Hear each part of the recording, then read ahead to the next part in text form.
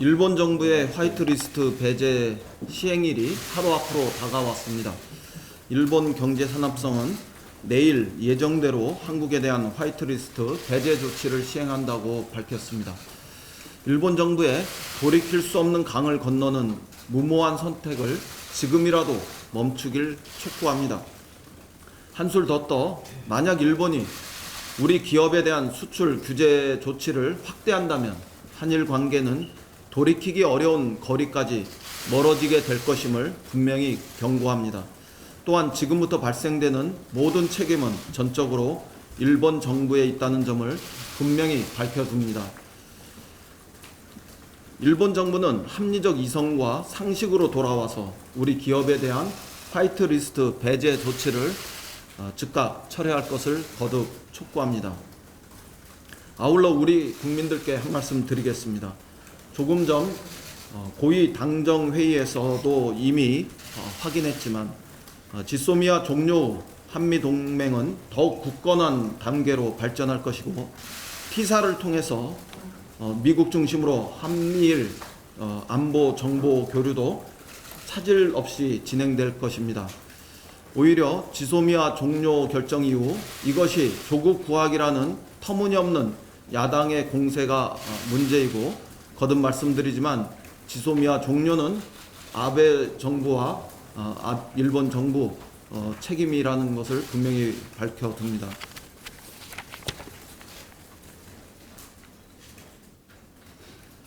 조국 후보자의 인사청문회 일정과 관련해서 법적 시한을 넘기는 법사위 간사들의 합의는 매우 유감스럽습니다. 인사청문회법에 따르면 다음 주 2일까지 국회의 모든 청문회 절차가 종료되어야 합니다. 또한 이번 주 금요일 30일까지 모든 상임위에서 청문회 일정이 진행될 수 있어야 합니다. 명백한 법적 근거에 따른 시한인 만큼 우리 국회의 편의대로 바꿀 수는 없다고 저는 생각합니다. 법사위 간사 간에 9월 2일, 3일 이틀간 인사청문회를 치르기로 합의한 일정은 법정 기한을 넘어서는 것으로 매우 좋지 않은 선례를 남기게 되는 것입니다. 우리 당 원내대표단은 오늘 회의에서 여야 간사 간의 합의를 수용할 것인지 말 것인지를 조금 후에 결정하겠습니다. 법무사무를 총괄하는 법무부 장관 인사청문회만큼은 법을 어기지 않기를 희망했습니다. 법을 어기면서까지 진행한다는 것에 대해서 우리 국민들께서 납득하시기 어려울 것이라고 저는 생각합니다. 이번 합의를 수용해서 이후 국회에 큰 부담을 선례를 남길 것인지에 대한 문제를 이후 비공개 회의에서 진지하게 검토하고 결정을 내리도록 하겠습니다. 조국 후보자의 청문회는 법무부 장관 자질을 검증하는 청문회여야 합니다. 지난 2주간 후보자에 대한 능력 검증은 실종된 채 아니면 말고식의 의혹 제기와 가짜뉴스 그리고 가족에 대한 무차별적 인신 공격이 난무했습니다. 이혼한 동생과 그 동생의 전처의 사생활도 들춰졌고 돌아가신 부친의 묘비까지 공개되는 데 이어서 최근에는 연예인을 끌어들이는 아주 자극적이고 저열한 공세까지 직면하면서 정말 참담한 심정입니다. 자유한국당과 그 지지자들은 법무부 장관 후보자의 검증에 집중해 주시기 바랍니다. 자유한국당은 청문회 개최에 합의하면서 야당의 증인, 참고인 요구를 일체 거절 없이 수용하라고 또 막무가내로 공세하고 있습니다. 후보자의 딸, 동생, 어머니를 증인으로 불러서 무엇을 따지겠다는 것인지 알 수 없습니다. 당리 당략과 정쟁을 위해서 온 가족을 불러 모욕을 주겠다는 것이라면 비정한 정치, 비열한 정치라고 저는 규정합니다.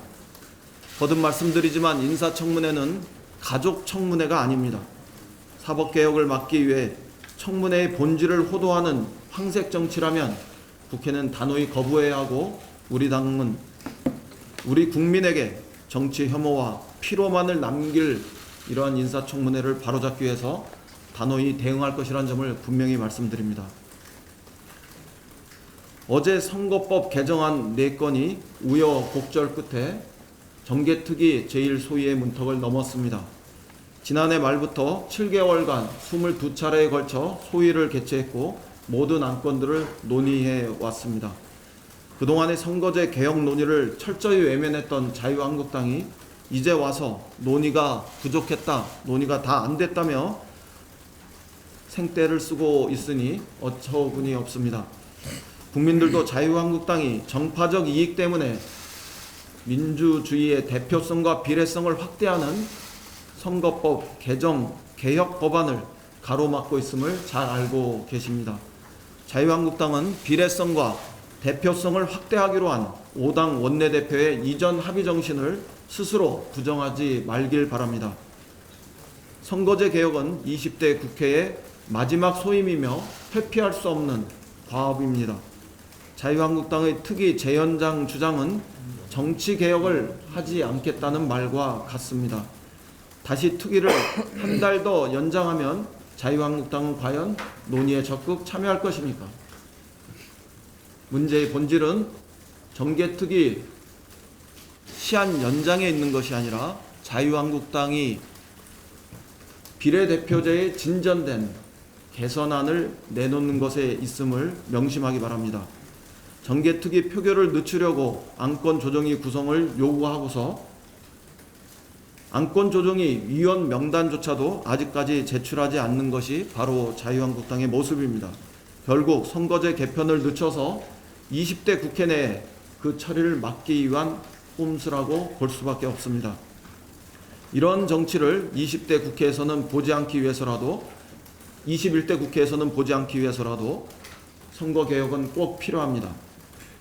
내년 총선이 선거개혁 입법으로 치러지려면 이제 결론을 내려가야 합니다.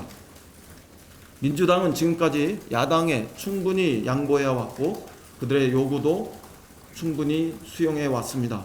그러나 더 이상의 정치개혁특위 연장은 국민들 보시기에도 명분이 없고 의미도 적어 보입니다. 자유한국당은 더 이상 정치개혁에 역행하지 말고 정치개혁에 동참하는 결단을 내려주기 바랍니다. 이상입니다.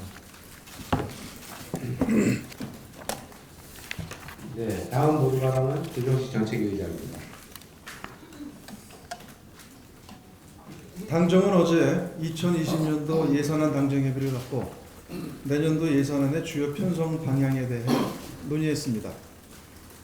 최근 우리 경제를 둘러싼 대외 여건이 악화되는 가운데 홍콩 시위 격화와 영국의 노딜 브렉시트 가능성 급증 등 글로벌 불확실성 또한 한층 높아지고 있어 이에 대한 적극적인 대처가 요구되고 있습니다. 이에 당정은 내년도 예산 역시 적극적 재정 확대 정책 기조를 통해 대외 악재에 대응하고 경제 활력 및 포용적 안전망 구축을 적극 추진해 나가기로 했습니다.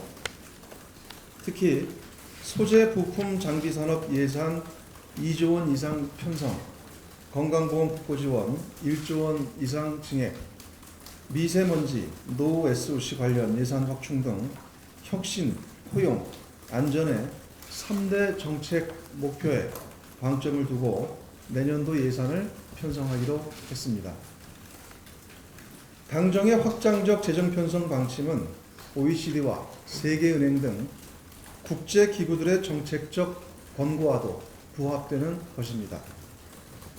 IMF의 경우 지난달 연례 대외 부문 보고서를 통해 한국을 향해 단기 및 장기적인 차원의 확장적 재정 정책의 필요성을 권고한 바 있습니다. 미국과 독일 등 주요국들 또한 재정 지출 확대에 적극 나서고 있는 상황입니다. 당정은 2020년 예산안에 9월 3일 국회 제출 이후 심도 있게 심사하여 국회법 절차 및 시한을 반드시 준수하여 내년도 예산안이 처리될 수 있도록 만전을 기할 것입니다. 우리 경제 제도약을 위해서는 예산안뿐만 아니라 법적, 제도적 정비 또한 반드시 병행되어야 합니다. 20대 국회 마지막 정기국회가 이제 일주일 앞으로 다가왔습니다. 지난 상반기 동안 상습적 국회 파행으로 많은 민생 경제 입법들이 쌓여 있습니다. 민주당은 이번 정기국회에서 주요 민생 경제 법안 처리에 총력을 기울일 것입니다.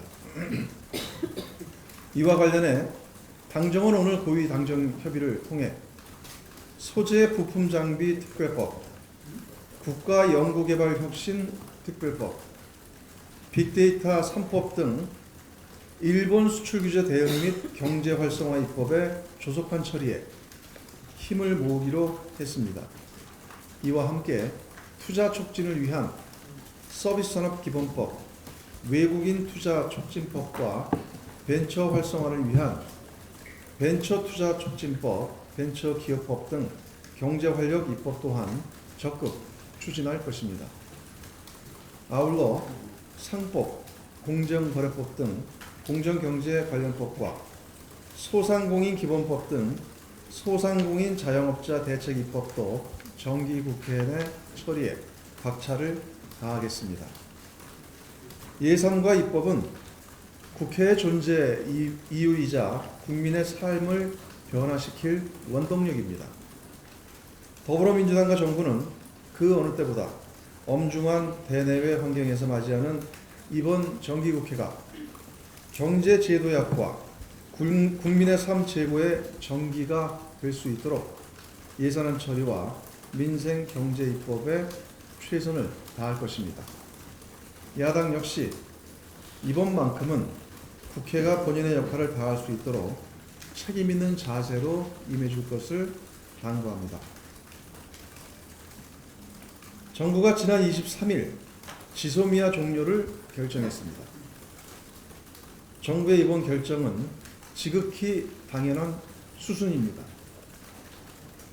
일본의 부당한 경제 도발과 지속적인 대화 거부가 이어지는 상황에서 고도의 정치적 군사적 신뢰가 필요한 군사정보협정을 지속하는 것은 무의미합니다. 지소미아 종료에도 불구하고 한미동맹의 압도적 감시 정찰 능력이 건재하고 한미일 정보공유약정 T사도 유효하기 때문에 우리의 안보 역량에는 조금의 문제도 발생하지 않을 것입니다. 특히 무인 정찰기인 글로벌 호크 도입과 차세대 조기 경보기 사업 등 최첨단 정찰 자산들도 곧 갖춰질 예정입니다. 안보 공백 우려는 기후에 지나지 않습니다. 더불어민주당과 정부는 굳건한 한미동맹을 바탕으로 자주적 안보 역량을 더욱 강화해 누구도 흔들 수 없는 평화의 길로 나아갈 것입니다. 이런 측면에서 우리 군 당국이 25, 26일 양일간 진행한 독도 방어 훈련은 영토 주권 수호 의지를 다시 한번 확인한 매우 적절한 조치입니다. 그런데 우리 군의 정당화 훈련에 대해 일본이 어깃장을 걸고 나섰습니다. 매우 유감입니다. 독도는 역사적, 지리적, 국제법적으로 대한민국 고유의 영토입니다. 또한 대한민국은 영토와 영공, 영해 어디에든 필요한 방어 훈련을 실시할 권리가 있습니다. 독도 방어 훈련은 30년 넘게 해마다 실시해온 훈련이기도 합니다. 일본은 무슨 권리와 자격으로 독도 방어 훈련을 문제 삼는 것입니까? 일본은 대한민국의 주권을 침해하는 무례한 주장을 즉각 중단하기 바랍니다. 아울러 더 이상 한일 간의 갈등이 증폭되지 않도록 책임 있는 자세를 보이기 바랍니다. 특히 내일부터 일본의 화이트리스트 배제 조치가 실행되는데 일본은 사태를 악화시킬 어리석은 추가 조치가 없어야 합니다. 우리 정부는 언제든지 대화와 협상을 통한 문제에 나설 준비가 되어 있습니다. 일본의 전향적인 태도 변화를 강력히 촉구합니다. 이상입니다.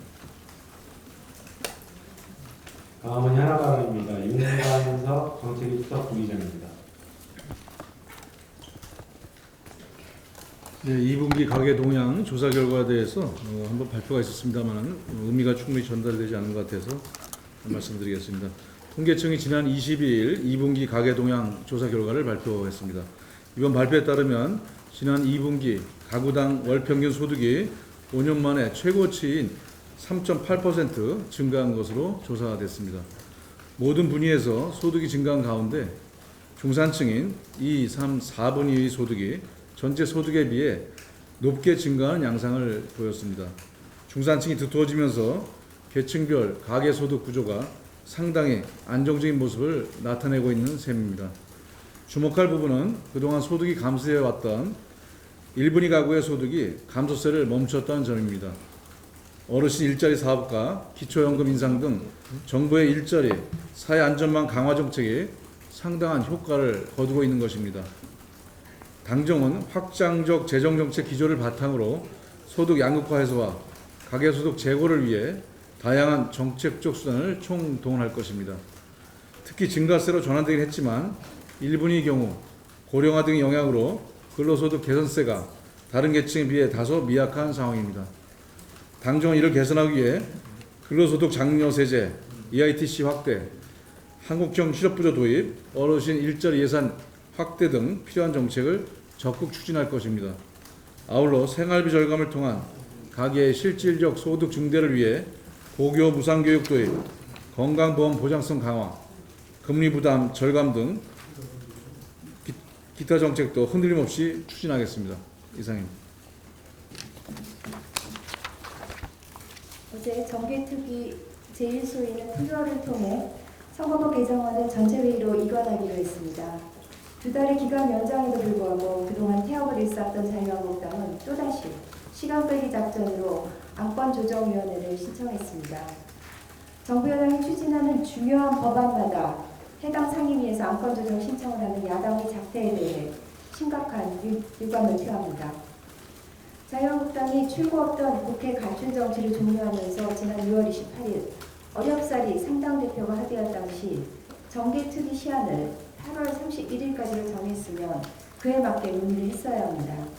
무엇보다 중앙선관위가 공천 21대 총선의 예비 후보자 등록이 12월 27일부터 시작되는 만큼 기본적인 선거 룰과 선거법 획정이 제때 이루어지기 위해서는 선거법의 갈 길이 바쁘다는 것을 잘 알고 있을 것입니다.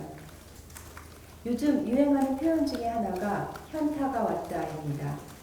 현실 자각 타임의 줄임말인데 자기가 처한 상황을 깨닫는다는 뜻으로 쓰입니다. 기득권에 안주하려는 자유한국당에 현타가 필요합니다. 국민들은 단순 다수대표제보다 국민의 뜻을 보다 충실히 반영하는 선거제도의 개혁을 절실하게 원하고 있습니다. 자유한국당은 시대의 흐름에 거스르지 말고 한국 정치사의 큰 물줄기를 바꾸는 데 동참할 것을 촉구합니다. 어제 문재인 대통령은 수익의 절반을 소재부품 장비 분야 국내 기업에 지원하는 필승 코리아라는 주식형 펀드에 가입하셨습니다. 정책은 법과 예산이라는 두 바퀴로 움직입니다. 관련 법으로는 2001년 김대중 정부 당시 제정된 소재부품 전문기업 등의 육성에 관한 특별조치법이 있지만 소재부품 장비 산업의 자립화는 더디기만 했습니다. 정부 여당은 관련 법의 개정과 더불어 소재 부품 장비 사업을 지원하기 위해 내년도 예산안에 2조 원 이상을 편성하기로 했습니다.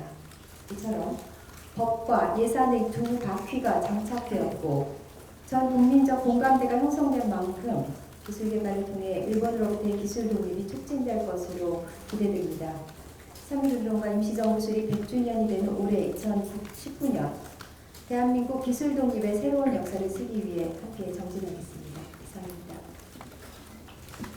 네, 백성규 부대표의 현안 바랍니다. 지난 4월 패스트트랙 정국에서 자유한국당은 국회 선진화법을 무시하고 국회를 아수라장으로 만들었습니다. 오늘까지 우리 당 의원들은 18명의 경찰에 출석하여 성실히 조사를 받았습니다. 그런데 국회 선진화법 제정을 주도하고 당 대표와 원내대표가 각각 법무부 장관과 판사 출신임을 강조해온 자유한국당은 경찰 조사를 당 차원에서 거부하고 있습니다. 특히 법사위원장은 3번의 출석 요구를 받고도 모르쇠로 일관하고 있습니다. 이것이 황교안 대표가 나라 안팎의 엄중한 상황에도 지난 주말 거리에 나가 강조한 법치의 참모습인지 묻지 않을 수 없습니다. 정략적 결정에 따라 타인에게 엄격하고 본인들에게 관대한 것이 자유한국당이 말하는 법치인 것입니까? 법사위원장부터 법을 지키지 않는데 누가 누구에게 거짓을 논할 수 있겠습니까? 국회법도 인사청문회법도 본인들 마음대로 무시하겠다는 자유한국당의 오만함을 규탄합니다. 황교안 대표와 자유한국당은 더 이상 법치를 우습게 만들지 말고 국회법이 정한 대로 경찰 수사에 성실히 임하고 경찰도 정당한 법 집행 절차를 진행해 줄 것을 촉구합니다. 어제 당과 정부는 내년도 예산안을 최종 검토한 결과 건강보험 보장성 강화 정책, 소위 문재인 케어의 차질 없는 진행을 위해 건강보험 국가지원 예산을 1조 원 이상 대폭 증액하기로 합의하였습니다. 건강보험 보장성 강화 정책은 국민의 높은 지지를 받는 정책입니다. 이에 따라 당정은 국민들의 실질적인 의료비 경감 혜택이 보다 확대될 수 있도록 건강보험 재정 안정성의 확보 차원에서 국고보조 비율을 기존 13.6%에서 14%로 늘리게 된 것입니다. 앞으로도 당정은 건강보험 재정의 지속 가능성을 유지할 수 있도록 건강보험의 자체적인 지출 효율화 노력과 안정적인 국고 지원을 통해 국민의 의료 혜택은 늘리고 부담은 최소화하는 방향으로 정책이 추진될 수 있도록 최선의 노력을 다하겠습니다. 감사합니다. 저도 한 말씀 드리겠습니다. 삼가 옥기슬염이며 5.18 민주화운동 희생자분들의 영령의 명복을 빕니다. 진심으로 희생자와 유족분들께 사죄드리며 광주 5.18 민주화운동의 정신을 가슴 깊이 새기겠습니다. 어저께 노태우 전 대통령의 아들 노재원 씨가 5.18 민주묘지에 참배하면서 남긴 기록입니다. 부친의 뜻에 따른 것이라고도 했습니다. 39년 걸렸습니다. 늦었지만 고맙다는 말씀을 드리겠습니다. 광주 영년도 조금이나마 상처를 치유하지 않았을까 생각합니다. 이것이 가해자가 가져야 될 태도입니다. 메르켈 총리가 아우슈비츠 감옥에 가서 무릎 꿇는 모습을 보며 세계인들은 감동했습니다. 그런데 우리 모습은 어떻습니까? 우리 가해자는 지금 무엇을 하고 있는가 한번 되돌아봐야 될 때인 것 같습니다. 5.18이 북한군 개입에 의해서 이루어졌고 5.18 유공자를 괴물 집단이라고 평가했던 김진태, 김순례, 이종명 의원 등에 대한 국회 윤리특위 징계는 아직도 난항을 겪고 있습니다. 아니, 한 발도 못 나가고 있습니다. 문제는 자유한국당이 국회 윤리특위 위원장을 자기네들이 가져야 되겠다라고 하는 주장 때문입니다. 이를 보며 국민들은 고양이에게 생선을 맡겨서 되겠냐라고 얘기하고 있습니다. 정말로 어처구니 없는 주장입니다. 고양이한테 생선을 맡기면 그 생선은 보관되지 않고 먹어치울 것입니다.